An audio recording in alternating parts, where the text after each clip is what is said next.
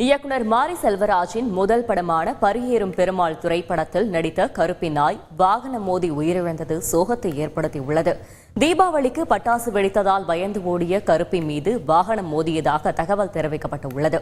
ஒடுக்கப்பட்ட மக்களின் குரலாக பல்வேறு படைப்புகளை உருவாக்கி வரும் இயக்குனர் மாரி செல்வராஜ் கடந்த 2018ஆம் ஆண்டு தனது முதல் படமான பரியேறும் பெருமாள் மூலம் திரையுலகில் அறிமுகமானார். தென் மாவட்டங்களில் ஒடுக்கப்பட்ட மக்கள் சந்திக்கும் சாதிய கொடுமைகளை கதை கருவாக கொண்டு உருவான இப்படம் மிகப்பெரிய வரவேற்பை பெற்றது. பெரும்பாலான காட்சிகள் மாரி செல்வராஜின் சொந்த ஊரான புளியங்குளம் மற்றும் அதை சுற்றியுள்ள பகுதிகளில் படமாக்கப்பட்ட நிலையில் படத்தில் வரும் கருப்பி என்ற நாயை சுற்றியே கதைக்களம் நகர். குறிப்பாக ரயில் மோதி கருப்பி உயிரிழக்கும் காட்சி ரசிகர்களை கண்கலங்க வைத்தது. படத்தில் கருப்பியை எடுத்துவிட்டால் பரியேறும் பெருமாளே இல்லை என இயக்குனர் மாரி செல்வராஜ் கருத்து தெரிவித்திருந்தார். கருப்பியை புளியங்குளத்தைச் சேர்ந்த விஜயமுத்து என்பவர் வளர்த்து வந்தார். இந்நிலையில் நேற்று தீபாவளிக்கு பட்டாசு வெடித்தபோது பயந்து ஓடிய கருப்பி மீது எதிர்பாராத விதமாக சாலையில் சென்ற வாகனம் மோதியுள்ளது.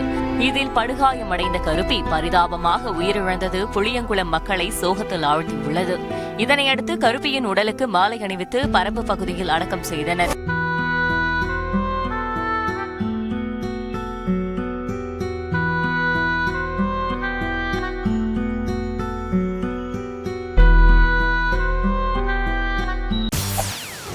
செய்திகளை உடனுக்குடன் தெரிந்து கொள்ள உடனே சப்ஸ்கிரைப் பண்ணுங்க.